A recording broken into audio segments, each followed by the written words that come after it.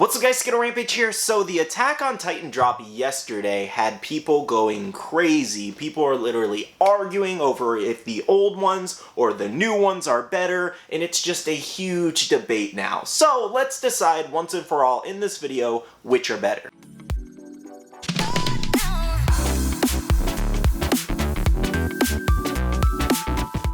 Hey everyone, welcome back to another Funko Pop video. Today we're going to be discussing the brand new AOT Pops and the old AOT Pops and comparing them. Now this does come from the fact that in my Facebook group, over on Instagram, and several other Facebook groups, Discords, and more, people are literally fighting and fighting and fighting about which ones are better. Now honestly, I did not think this new Attack on Titan drop from Funko would cause this much of a commotion. I thought a lot more people would be happier that we got a lot of new Pops, and some repeats, yes, but some updated molds for sure. Now, when I say fighting exactly, this is what I mean. I've seen in the comments in my Facebook group, as well as other people mentioning, that people are literally telling people that they only want the new ones because they're broke and they can't afford the other ones.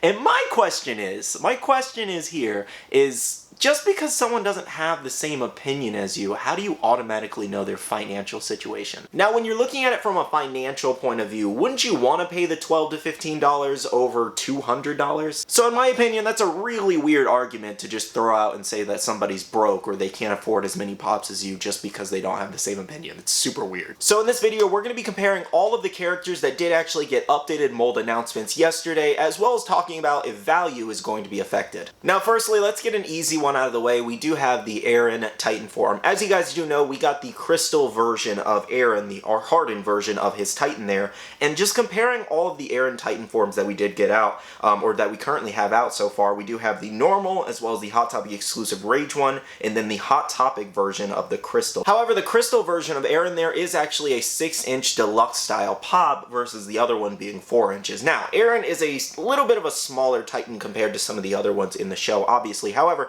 I still think he definitely deserved a 6-inch pop, and we're going to talk about Amir as her Titan as well, but I definitely think he deserved to have a 6-inch pop on his original release. I'm not exactly sure who made the decision to make him a 4-inch pop because it really didn't make a lot of sense. Now this one is unfortunately a hard comparison to the new one because obviously it's not just your regular average Titan. In the newest Hot Topic one, it's basically just a crystal version, so you can compare some details in like the hair and everything like that, but overall I still think it's also a step up in details as far as like Eren Titan form, and I was really hoping we would actually get a normal version and updated version of his Titan because it would have just been really cool to see it as a 6-inch version. Now next up we do have Mikasa Eren here. So Mikasa is very interesting because her new molds are leagues different than the original. Now just taking a look at the common ones, you have the OG as well as the new one.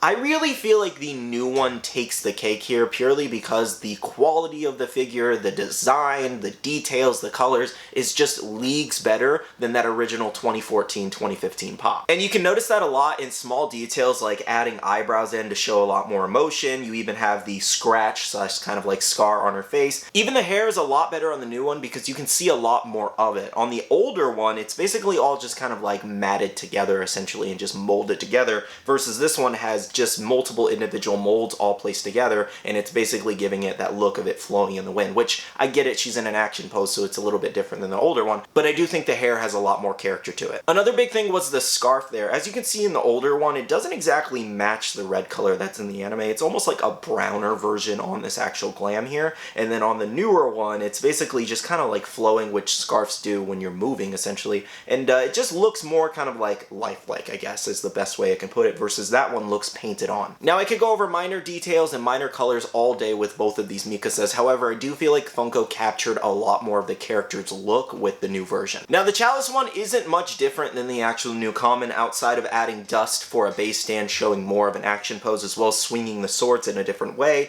and then of course she does actually have her head tilted as well as a different skin tone. I'm not exactly sure why it has a different skin tone, why it wouldn't match the other one, but that's just kind of weird in my opinion. And then of course one big detail that I somehow missed is she does actually have the green Scout's cape on her on this Chalice Collectibles exclusive. So obviously if you're looking at the Chalice exclusive, let's say the common doesn't exist. If you're looking at the Chalice exclusive over the original one, come on, the Chalice one is going to take it all day. And we could even go as far as this. Let's say you take the new Mikasa mold and put it in the exact same position as the OG one. I still think even at that, without an action pose, it's still a lot better. Now this one was probably a bigger debate, and that was the old Eren versus the new Eren. I really feel like there shouldn't even really be a contest here outside of the hair. I like the hair on the older one versus the newer one. Now, of course, one major detail on this is that the OG Eren does actually have the green Scout's cape and the newer one does not. However, if you're looking at skin tone alone, this Eren looks so pale compared to the anime. And like I said in my yesterday's video, the anime almost has like an orange tint to it, okay? And he's not exactly like super pale in the anime like the older one is showing. And if you've seen the anime, you would know that Eren is a very expressive character with his emotions. He's a very loud character. So adding in those eyebrows alone shows a lot more of the detail and a lot more of the emotion in his character, and especially the action that he's doing. And then of course the action pose alone, because you gotta think about it, when you're thinking of Attack on Titan, they're literally attacking titans, they're fighting titans, so it makes more sense to put them in action poses versus just standing there with swords. And of course then you have the details of the clothing as well as colors, ODM gear, and much more. I just really think that the newer Eren is a lot better of a representation of the character versus the older one, between skin tone, between emotion, and the actual design. Again, I don't see the argument here with Eren like at all. The new one is just so much better. Now taking a look at Levi here, you do have the two older ones as well as the two newer ones. Now obviously there's no argument here that Levi Battle is the superior mold out of all of these. It's just not even fair, to be honest. Now I'm sure a lot of people actually are wondering why we got the formal Levi, and a lot of people do actually like this one and a lot of people don't like it. And basically why we got it is because he's one of the most popular characters in Attack on Titan, just period. So he's what sells essentially. The older one as well as the Cleaning Levi one are so insanely popular for sales, it's not even funny. So of course they're gonna give us two new Levi's, one kind of basic and then one kind of crazy. Now unfortunately there's not a lot to actually compare between these Levi's because they're all different in their own manners. However, if we took the ODM gear versions of Levi, for example, and just compared the colors and skin tones and just quality overall, obviously the Battle Levi, even if he wasn't in Battle Levi and looked exactly the same, he would definitely be a better version. Now this one I just wanted to share because I thought it was really funny that people were comparing these two. We do have the new Eren as well as the old Hanji there. They're saying basically it's like the same pop because it's in the same mold.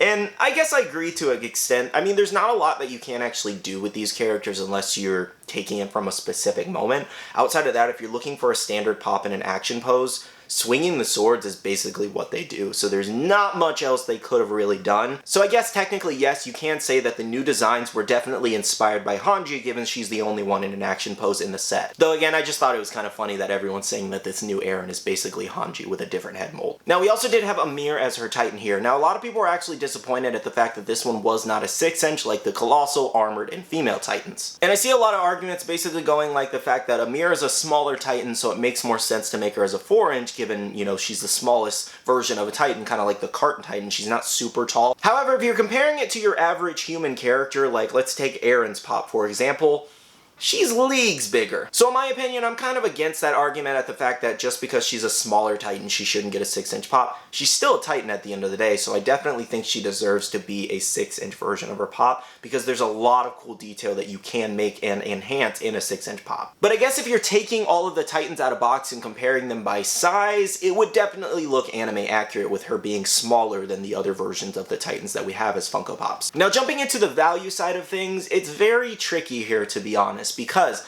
a lot of people are really seeing the OGs as kind of like nostalgic since it was the first wave and they didn't release any of those characters or new molds for a very long time, 8 years to be exact. Now this is just my opinion on the situation and a lot of people discussing value, especially on the Mikasa and Eren Yeager figures, is that I feel like a lot of people are arguing the fact that the older figures are a lot better because they want it to maintain the value that they currently have. And in my opinion, and I've said this multiple times in the past, if a figure wants to go down in value because Funko released a better version of it, I'm all for it because obviously the new mold is going to be the superior version because it looks a lot better. However, I am against Funko unvaulting things and restocking that particular figure because I don't think it's necessary when they can just make new versions like they did with these. And honestly, you could test this theory by actually giving an older version of the pop and a newer version of a pop to a non-Funko Pop collector. Let's say like my mom, for example. If I gave her both of those pops, she would most likely pick the newer newer one because, again, it's more aesthetically pleasing to look at and it looks a lot better. So I do feel like that alone could end this entire argument if you just gave 2 pops to a non-Funko Pop collector and let them choose. Now, I've had a lot of people asking if I personally thought if the old Mikasa as well as the old Eren would actually go down in value because of these new figures.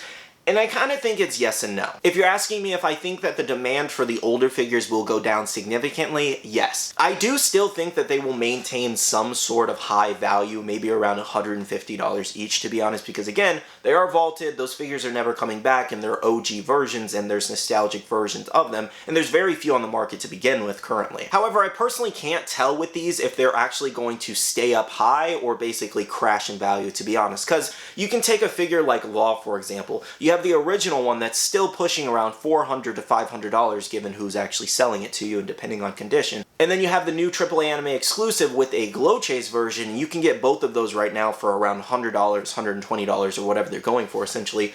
Basically significantly cheaper than the original one. However, the demand for the original Law still stays up there. So when you're comparing the Attack on Titan situation to the One Piece Law situation, it's really tough to tell if the value will crash on those because Law, for example, his market is flooded with fakes, however, he still remains high up there, as well as the new version being out there, and it's a lot cheaper, but his version still stays up there. And I do feel like there's a possibility of the same situation happening where these are the OG versions of Eren and Mikasa, so they'll just stay up there because they're the OG versions and they're already expensive. Though again, it's very possible that these figures could crash as well because I've already seen a lot of people selling theirs off. So as far as my opinion goes as to thinking if they're going to crash or stay where they are, or maybe even go up higher like Law did, I'm very in the middle on it, to be honest, because I feel like anything could happen with these. I don't feel like the new molds could specifically crash them because of the Law situation, because that really surprised me. At the end of the day, I don't really feel like there should have been an argument at all here as far as the quality of the figures being stepped up, because obviously the 2022 versions instead of the 2014 versions and then